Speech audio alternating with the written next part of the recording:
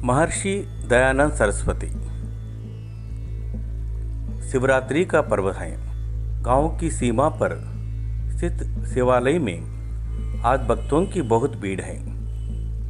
दीपकों के प्रकाश से सारा देवालय जगमगा रहा है।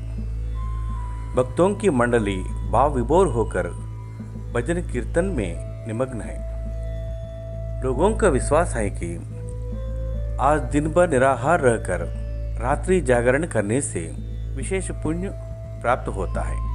कुछ समय तक भजन कीर्तन का क्रम चलता रहा, परंतु जैसे जैसे रात्रि बीतने लगी, लोगों का उत्साह ठंडा पड़ने लगा। कुछ उठकर अपने घरों को चले गए। जो रह गए वे भी अपने आप को संभाल ना सके। आधी रात होते होते वहीं सो गए। ढोल मंजीरे शांत हो गए। निस्तब्ध सन्नाटे में एक बालक अभी भी जाग रहा था। उसकी आंखों में नींद कहाँ, अपलक दृष्टि से वह अब भी शिव प्रतिमा को निहार रहा था। तभी उसकी दृष्टि एक चूहे पर पड़ी, जो बड़ी सतर्कता पूर्वक इधर उधर देखते हुए शिवलिंग की ओर बढ़ रहा था।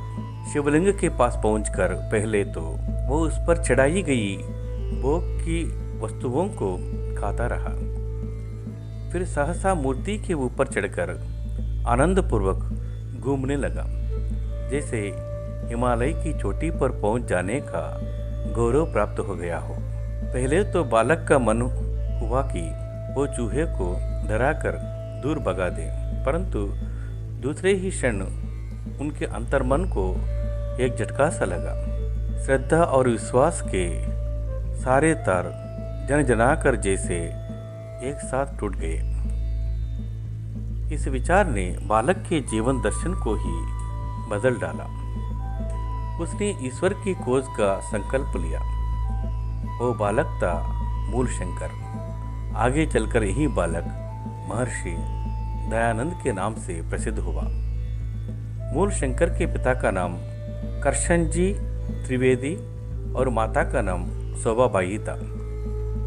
उनके पिता की इच्छा थी कि उनका पुत्र पढ़ लिखकर सद्गृहस्थ बने और जमींदारी तथा लेन देन में उनकी मदद करे, परंतु मूल शंकर का मन अध्ययन और एकांत चिंतन में लगता था। मूल शंकर की प्रारंभिक शिक्षा संस्कृत में हुई। कुशाग्र बुद्धि तथा विलक्षण स्मरण शक्ति के कारण थोड़े ही दिनों में उन्होंने संस्कृत के बहुत से स्तोत्र मंत्र और श्लोक याद हो गए। जब वे 16 वर्ष के थे, तभी उनके जीवन में 2 ऐसी घटनाएं घटी जिसने मूल शंकर के मन में वैराग्य भावना को दृढ़ बना दिया। उनकी छोटी बहन की हैजा से मृत्यु हो गई। मूल शंकर डबडबाई आंखों से अपनी प्यारी बहन को मृत्यु के मुंह में जाते असहाय देखते रहे। उन्हें लगा कि जीवन कितना निरुपाय है, संसार कितना मिथ्या है।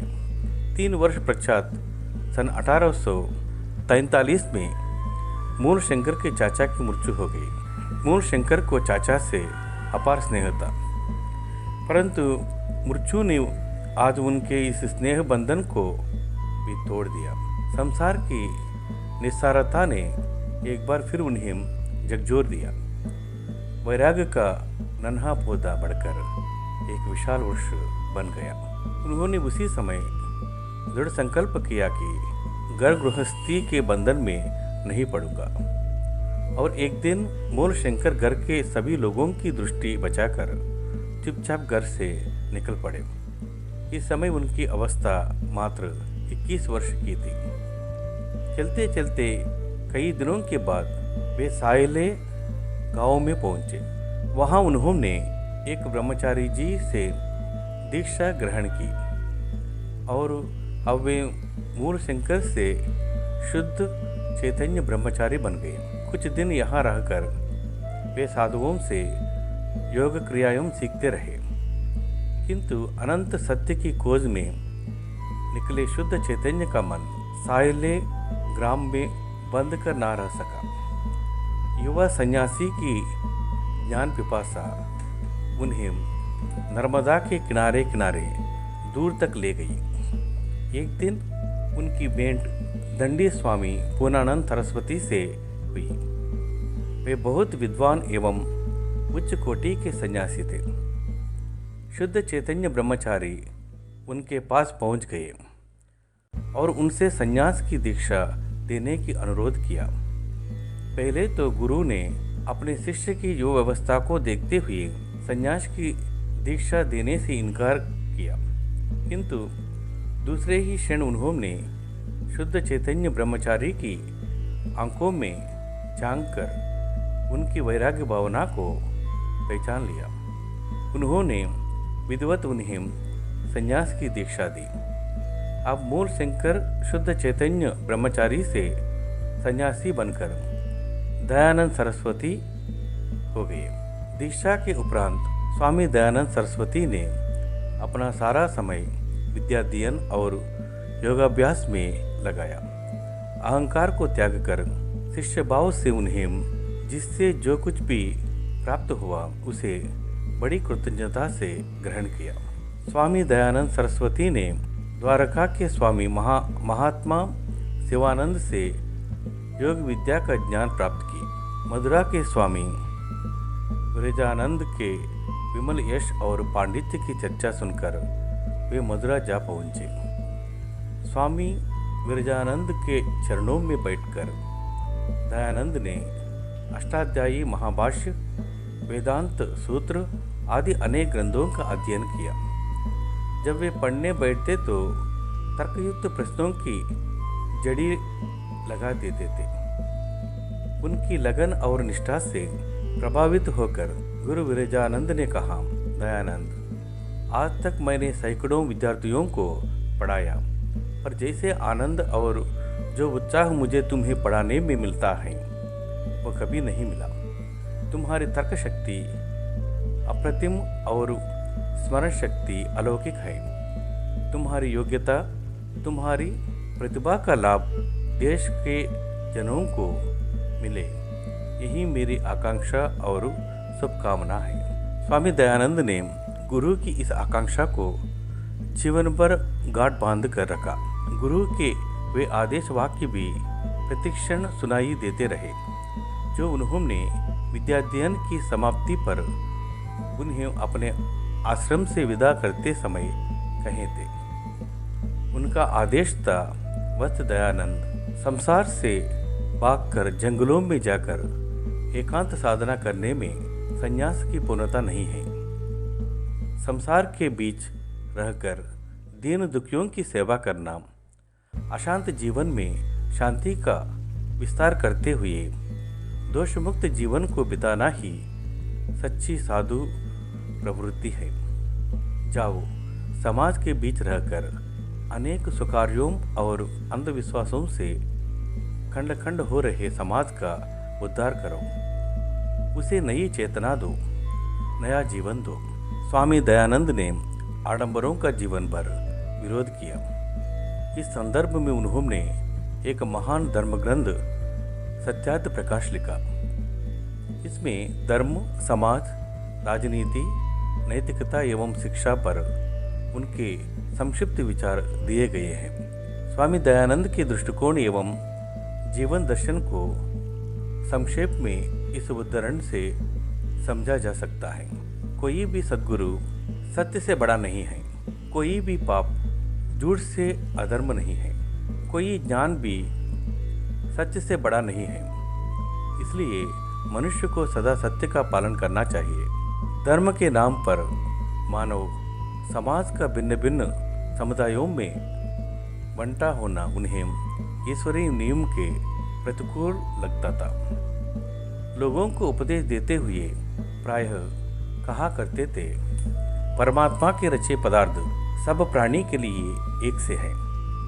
सूर्य और चंद्रमा सबके लिए समान प्रकाश देते हैं। वायु और जल आदि वस्तुएं सबको एक सी ही दी गई है। जैसे ये पदार्थ ईश्वर की ओर से सब प्राणियों के लिए एक से है, और समान रूप से लाभ पहुंचाते हैं, वैसे ही परमेश्वर प्रदत्त धर्म की सब मनुष्यों के लिए एक ही होना चाहिए।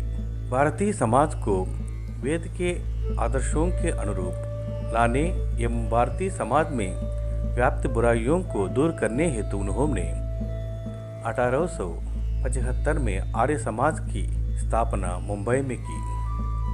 आर्य समाज का मुख्य उद्देश्य सभी मनुष्यों के शारीरिक, आध्यात्मिक और सामाजिक स्तर को ऊपर उठाना था।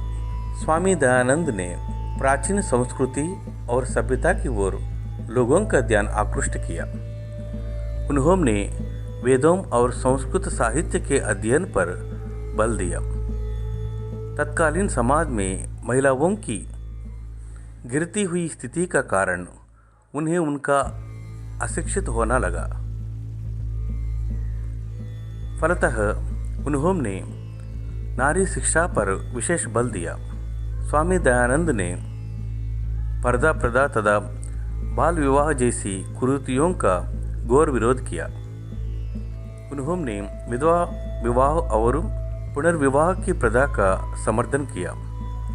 समाज में व्याप्त वर्ण भेद, असमानता और छुआछूत की भावना का भी खुलकर विरोध करते हुए कहा, जन्म से मनुष्य किसी जाति विशेष का नहीं होता, बल्कि कर्म के आधार पर होता है।